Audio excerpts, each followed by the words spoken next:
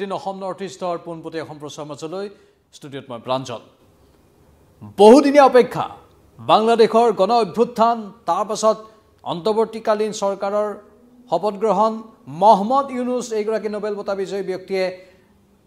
মুখ্য উপদেষ্টাৰ ৰূপত দায়িত্ব পালন কৰিলে তাৰ পাছত নিৰ্বাচনৰ নামেই লোৱা নাছিল নিৰ্বাচনৰ নাম ল'বই নোখোজে তেওঁ নিৰ্বাচন বুলি ক'লেই তেওঁ মূৰ পুলুকা মাৰে সকলো বাংলাদেশৰ ৰাজনৈতিক দল আৰু তেওঁ যি অন্তৰ্বৰ্তীকালীন চৰকাৰৰ মুৰব্বী সেই অন্তৰ্বৰ্তীকালীন চৰকাৰৰ বহু সদস্যই উপদেষ্টাৰ দায়িত্ব বাদ দি দিছে নিৰ্বাচন হ'ব লাগে বুলি কয় কিন্তু নিৰ্বাচনৰ নাম লোৱা নাছিল মহম্মদ ইউনুছে অৱশেষত নিৰ্বাচন হ'ব এবাৰ বাংলাদেশত নিৰ্বাচন হ'ব ক'বলৈ বাধ্য হৈ গ'ল মহম্মদ ইউনুছে যে নিৰ্বাচন আয়োগে 2026 চনৰ এপ্ৰিলৰ ভিতৰত বাংলাদেশত নিৰ্বাচন অনুষ্ঠিত কৰিব আৰু নিৰ্বাচন আয়োগে নিজেই দিন বাৰ ঘোষণা কৰিব যে 2026 এপ্ৰিলৰ কোনটো দিনত তাত নিৰ্বাচন হ'ব বা কিমান পৰ্যায়ত তাত নিৰ্বাচন হ'ব মুঠতে থিৰাং হৈ গৈছে মুখ্য উপদেষ্টা মহম্মদ ইউনুছে অৱশেষত বাধ্য হৈছে ক'বলৈ কাৰণ জনসাধাৰণে বিচাৰিছে আনকি নিজ অন্তৰ্বৰ্তীকালীন চৰকাৰৰ ভিতৰ চৰাতেই ক্ষোভৰ উদ্গীৰণ হৈছে যিকেইজন ছাত্ৰ নেতাই এই সমগ্ৰ গণজাগৰণত মুখ্য ভূমিকা গ্ৰহণ কৰিছিল তাৰে এজন মুখ্য ছাত্ৰ নেতাই ইতিমধ্যে অন্তৰ্বৰ্তীকালীন চৰকাৰৰ উপদেষ্টাৰ পদৰ পৰা পদত্যাগ কৰি নতুন এটা ৰাজনৈতিক দল গঠন কৰিছে আৰু নিৰ্বাচনত অৱতীৰ্ণ হ'বলৈ সাজু হৈ আছে যে নিৰ্বাচন হ'ব আমি নিৰ্বাচনত অৱতীৰ্ণ হ'ম এখন সুস্থ বাংলাদেশ আমি গঠন কৰিম আৰু বাংলাদেশৰ পৰা অচলাৱস্থা দূৰ হ'ব কিন্তু মহম্মদ ইউনুছে সেই বিষয়বোৰৰ পৰা আঁতৰি আছিল আৰু গায়ৰা মনোভাৱ পোষণ কৰি আছিল নিৰ্বাচন নাপাতি এইগৰাকী নোবেল বঁটা বিজয়ী মহম্মদ ইউনুছৰ হয়তো ক'ৰবাত মনত এনেধৰণৰ এটা আশা আছিল যে মই নিৰ্বাচন নপতাকে অন্তৰ্বৰ্তীকালীন চৰকাৰখনে চলাই থাকিম মুখ্য উপদেষ্টা হিচাপে কিন্তু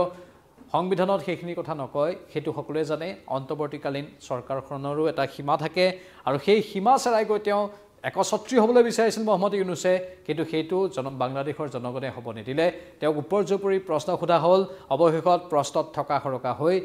মহম্মদ ইউনুছে ক'বলৈ বাধ্য হৈ গ'ল যে বাংলাদেশত 2026 এপ্ৰিলৰ ভিতৰত নিৰ্বাচন অনুষ্ঠিত হ'ব এয়া দেশখনৰ সাধাৰণ নিৰ্বাচন আৰু এই নিৰ্বাচন লক্ষণীয় হ'ব কাৰণ শেহতীয়াভাৱে বাংলাদেশৰ গোটেই ৰাজনীতিত একাংশ বিদ্ৰোহী অথবা সন্ত্ৰাসবাদী নেতা জড়িত হৈ পৰা বুলি উল্লেখ কৰা হৈছে বিশেষকৈ বাংলাদেশৰ গোটেই ৰাজনীতি পৰিচালনা কৰি আছে একাংশ জেহাদীয়ে একাংশ মৌলবাদীয়ে যিবোৰ মৌলবাদীয়ে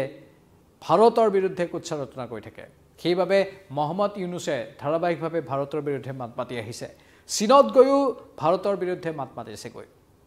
কিন্তু চীনো এইবোৰ ক্ষেত্ৰত খুব তীক্ষ্ণ আৰু চীনে সেয়েহে পোনপটীয়াকৈ চীনৰ পুৰুষসকলক কৈ দিছে যে বাংলাদেশী মহিলাৰ সৈতে ভুলতো বিয়া নাপাতিবা এয়া চীনৰ চৰকাৰৰ তৰফৰ পৰা এটা বিবৃতি চীনৰ পুৰুষসকলৰ প্ৰতি যে বাংলাদেশী মহিলাৰ সৈতে বিয়া নাপাতিবা যিমানেই বাংলাদেশ আমাৰ বন্ধু নহওক কিয় সেই কথাটো চীনে কৈ দি এইটোৱে বুজাইছে যে তোমালোকে নামত আমাৰ সৈতে বন্ধু হ'ব পাৰা আৰ্থিক আমাৰ লেনদেন হ'ব পাৰে কিন্তু তোমালোকৰ সৈতে আমি তেজৰ সম্পৰ্ক গঢ়িবলৈ নাযাওঁ চীনেও এতিয়া গায়ৰা মনোভাৱ পোষণ কৰিছে এই বাংলাদেশৰ একাংশ শাসকৰ বাবে যিবোৰ শাসক যিবোৰ মৌলবাদী আন দেশৰ বিৰুদ্ধে কিছু ভয়ংকৰ ষড়যন্ত্ৰ ৰচনা কৰি থাকে সেই দেশখনৰ বিৰুদ্ধে এতিয়া মিত্ৰ দেশেও এনেধৰণে ক'বলৈ বাধ্য হৈছে আৰু সেইসকল মৌলবাদীয়ে নতুন চৰকাৰ আনি বাংলাদেশক ভাৰতৰ বিৰুদ্ধে থিয় কৰাবলৈ চেষ্টা কৰি আছে যি কি নহওক নিৰ্বাচন হ'ব নিৰ্বাচন অত্যন্ত আকৰ্ষণীয় হ'ব আৰু এই নিৰ্বাচন কেনেধৰণে পাৰ হয় সেয়াও হ'ব লক্ষণীয় ইমান হিংসা ব্যাপক হিংসাত জৰ্জৰিত এইখন বাংলাদেশ গণজাগৰণৰ পাছত ধাৰাবাহিকভাৱে হিংসা বিয়পি আছে তাত হিন্দুসকলক টাৰ্গেট কৰি লোৱা হৈছে সংখ্যালঘুসকলক টাৰ্গেট কৰি লোৱা হৈছে এইখন বাংলাদেশত এই বাংলাদেশখন এতিয়া